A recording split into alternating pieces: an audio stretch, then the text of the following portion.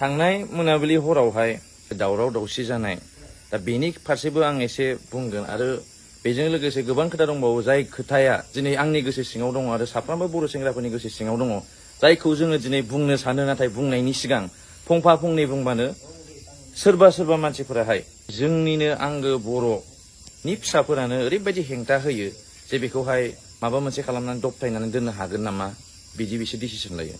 जोंनि बर' हारिनि गेजेराव मोनसे मेइन प्रब्लेम सोमजिनानै दङ बेनो जाहैबाय एक्स एनडिएफबि फोरनि जाय दासिमबो जेलाव दङ लाइफ टाइम इमप्रिजनमेन्टनि थाखाय दङ आरो बेजों लोगोसे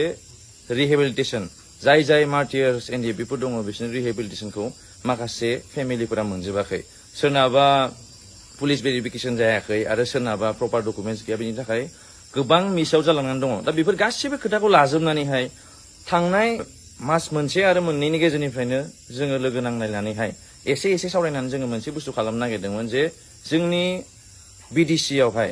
आसाम एसेम्ब्लिया जिहेतु दाख्लै जोङो बिश्वजित दैमारि सारनिफ्राय मोनथिदोंमोन जे आसाम एसेम्ब्लियाव जोंनि बिटिसि आवहाय जाफैगोन विन्टारनिया। दा बे समावहाय जोङो सानदों जे दिनैहाय एक्स एनडिएफबि आदामोननि गोबां खोथा दङ दिनैहाय जोङो जेलाव थांनानैहाय जोंनि क'क्राझार जेलावबो दङ जोंनि सेन्ट्रेल जेलावबो दङ गोबां एक्स एनडिएफबि आदामोननि दुखु सुखुखौ खोनासंनानैहाय जों दिनै मोनथिगौ जों दुखु सुखुखौ सुफुंनो हाया नाथाय जोङो एसेबाबो जिहेतु आदामोना जोंनि थाखाय खामानि मावदोंमोन जों बिसोरनि थाखाय एसेबाबो कन्ट्रिबिउसन होनो साननानैहाय नैबे फैगौ आसाम एसेम्ब्लिनि जे बिटिसि आवहाय एसेम्ब्लि सेसन जागोन जों बेयावहाय साफ्रोमबो एक्स एनडिएफबिनि रिहेबिलिटेसन मोनाखै आरो जाय जेलाव दङ बिसोरनि फेमिलिफोरखौ लाफानानै जोङो साननै आरो सानथामनि हाबाफारि लानानैहाय माने जोङो पिसफुल भाबैनो प्ले कार्ड लानानैहाय जोङो हेमन्त बिश्व शर्मानि सिगाङाव मोनसे खोथा अनुरद खालामनो नागिरदों जे जोंनि एनडिएफबि आदाफोरखौ हगारनांगौ होननानैहाय। दा बे खोथाखौ आं गोबां समनिफ्रायनो गुबुन मानसिफोरजों सावरायबाय थादोंमोन। दा बिनि थाखाय आं सानो जे मैया जानानै थांनाय जाथायाहाय जे सिगां समनिफ्रायनो जोंबो नायबाय थायो जे जोंखौ सिनाय मोनै सुबुंफोराहाय फल' खालामनानैहाय गारिजों दानहां खालामो एखम्बा सिगाङाव लाखिथियो नाथाय जों बेफोरखौ जेबो सानाखै जे थैस' थांस' अरायबो बर' हारिनि थाखाय मावबाय थागोन होननानैसो जों दिनै ओंखारदों। एसेबाबो दानि आदामोननि जे प्रब्लेमफोरखौ सलिउसन होनो हागोन नामा साननानै जों बेखौ मावनो आखायाव लादोंमोन नाथाय बेखौहाय सोरबा सुबुंफोरा जाय नायनो हाया जायहा सयज' हाया आरो जायहा बर' हारिनि थाखाय मावनो गोसो गैया जायहा पलिटिकेल पार्टिसफोरजोंल' थाफायै सोरबा रुलिं गभर्नमेन्टजों थाफायैहाय बिसोरो एसे एनै थाखा आरजिनानैहाय जोंनि बर' हारिनि कन्ट्रिबिउसनखौ बावलांनो नाजागासिनो दङ। मैया मोनाबिलि समावहाय जोङो मोनसे रेस्टुरेन्टआव थांदोंमोन बे रेस्टुरेन्टआवहाय जोङो जाग्रा जानानैहाय 9:40 जाबायमोन।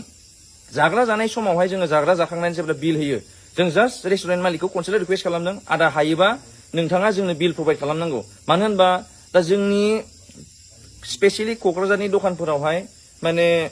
एमाउन्टफोराहाय जे प्राइसनि एमाउन्ट बिसोर बिराद हाइ जाहैबाय दा ओंखायनो गोबां स्टुडेन्ट जोंनि क'क्राझाराव फरायफैयो दा बिसोरनि थाखाय जों सानदोंमोन जाहाथे माखासे बिलफोरा जाहाथे रिटेन बिल जायो जुदि कलेजनि सात्र जाफैदोंबा जाहाथे गाबोन समफोर बिसोर कलेजाव साबमिट हैनांनाय अफिसियेलि खामानिफोरनि थाखाय दा बेखौसो जों बुजायनो थाखाय मालिकखौ बुंदोंमोन जे आदाया हायोबा सिल आरो स्लिप हरनाय बेबस्थाखौ ला होननानैहाय। दा बेयावनो बिभिन्न खोथा ओंखारदों जेरै दहाय जोंबो मिथिगौ जे सासे आदा इउटुबारानो थांदों माखासे खोथाखौ सोंहैदों आदा नों सोंहैदों जेबो मिस्टेक जायाखै बेखौबो रिकुवेस्ट खालामगोन आदाया आंनावबो सोंफै जे रिसेन्टलि दहाय सानावसो जोंबो नुनो मोनदों जे बै दखानावहाय सासे दखानदार जाय दखानदार आदा दङ बेनिबो स्टेटमेन्टखौ जों नुनो मोनदों। आदानि स्टेटमेन्टखौ नोंसोर खोनासं आरो मोजाङै बुजि आं बारा गोथौयै बुंनो साना दिनैहाय जोङो एसे एनै माने बुजिनो हानाय मडार्नाइजेसनजोंबो जाजोब्बाय बुंफ्लानाय बाथ्रा आरो जे सैथो बाथ्रा बुंनाय नोंथांमोनाबो हमनो हायो जे आदानि स्टेटमेन्ट होनाय दखानदारनि स्टेटमेन्टखौ खनसे खोनासं आरो बै गथ'खौ जे जबरदस्ति बुंहोदों सोबादों होननानैहाय रेस्टुरेन्ट मालिक आदाया बुंदों जे आङो मैया मोनायाव सोंदोंमोन नाथाय गथ'आ खोन्थायाखै आंनो दहाय फुङावसो सोबादों होननानै खोन्थादों। बेफोरो एक्चुवेलि रियेलावनो सोबा मारनाय ना बे मेकिं बानायनाय नोंथांमोना सान जुदि सोबा मारदोंबा दिनै मानोहाय सिसि केमेरा फुटेजखौ मानो होनो हायाखै दिनै सोबा मारदोंमोनबा होनांगौमोन सिसि केमेरा फुटेजखौहाय आरो जोंनि गन्डगल जालांनाय जाथायखौबो नुजोबगोन नोंथांमोना होनो हागोन सिसि केमेरा फुटेजखौहाय साथाजों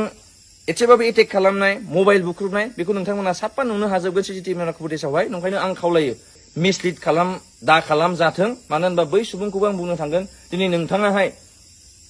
जे जायगायाव थांनाङा बे जायगायाव थाङै भिडिअ खालामहैयो नाथाय नोंथांमोन बायदियाहाय एथ'ग्राब गोख्रों सासे दैदेनगिरि जानानैहाय बा गोख्रों सासे इयुथ दैदेनगिरि जानानैहाय दिनै जोंनि लकेलावनो जोंनि क'क्राझार जेलाव NDFB आदामोन दङ बिथांमोनखौ मानो खबर लाहैफेराखै बिथांमोननि जे सुखु दुखु माने फंसेबो खबर लाहैफेराखै आरो बै दुखिया गामिफोरावहाय आं बेखौनो बुंगोन आदा नोंखौबो आं खावलायगोन सुजित नार्जारिनि गामिनि जानानै आं खावलायगोन आदायाबो सुजित नार्जारिनि गामियाव खनसे फै आरो बेखौबो भिडिअ खालामबाय जे दिनै जोंनि मुंख्लं बड'लेण्ड मुभमेन्टनि गिबि मुंख्लंनि गामिया माने दिनैसिमाव माने एसेबां गोग्लैसोनानै दङ लामा सामानि खोथायावल' आं बुंदों न' बांनि खोथायाव बुङाखै आंखौ जे साथाजों बेयावहाय मेगनाव थुदोंमोन नाथाय मेगनाव नाङाखै भाग्यभाल आंना नैबे खाफाला जिजोबनानै दङ आंना आथिङा लोरिनानै दङ आंखौ बिसोरो सुथारनो होननानैहाय होसो आंखौ होसोदोंमोन नाथाय बिसोरो मोदोम गोनां हिसाबैहाय आंखौ होसोनो हायासै आं दायखौ आं बे आदामोनखौ होआ बा आं दायखौहाय सोरबा गुबुन मानसिखौ होआ आं दायखौ होगोन बै दायनिगिरिखौ जाय मानसिया न' सिङाव थानानैहाय बै जाय मानसिया बेफोरनि सोमोन्दै जेबो साननायबो गैयामोन बेफोरनि खामानि मावनो थाखाय जेबो डिसिजनबो लाफेराखैमोन बिसोर खामानिखौ मेवथु थां बै उमुगमोनखौहाय जाय बर' हारिनि थाखाय खोथा बुङो एसे एनैबाबो जाय NDFBनि थाखाय खोथा बुङो आरो एबारनि बिडिसिआव जानो गोनां आसाम एसेम्ब्लियावहाय जाय धरना होनो नागिरदों बिथांमोनखौ सिगि सह खालामनानै गादबनानै दोनहै बे वेयाव लांनानैहाय मैयाहाय जेब्ला जोङो बिल होखांजोबो बे समावहाय साब्रै साबा आदामोन दंमोन गासिबो थांजोबदों नाथाय सानै आदाया फैनानै मा भुल बुजिनानैहाय जोंजों ओरैबायदि माने बुंनाङै बाथ्राफोरखौ बुंबाय जे मोनसे रेस्टुरेन्टआवहाय CCTV केमेरा फुटेज थानांगौ आरो निश्चय जुदि जोंनि साइडनिफ्राय जुदि माबा गाज्रि खामानि मावनाय जादोंबा बे CCTV केमेरा फुटेजाव मोनगोन नोंथांमोना बेखौ बिहैनो हागोन आरो बेजों लोगोसे मोनसे खोथाबाव जों दिनै गोजोननाय मोनदों सिनियर आदामोना जों उल्था फाल्था खामानि मावफ्लांदोंमोनब्लाबो गावसोर गनायनानै लादों नाथाय जोंबो बिसिनि गनायनायखौ जोंबो गनायफादों मानो ओंखायनो बर'जों बर' नांलाय खमलाय खालामा होननानै जों बुजिलायदों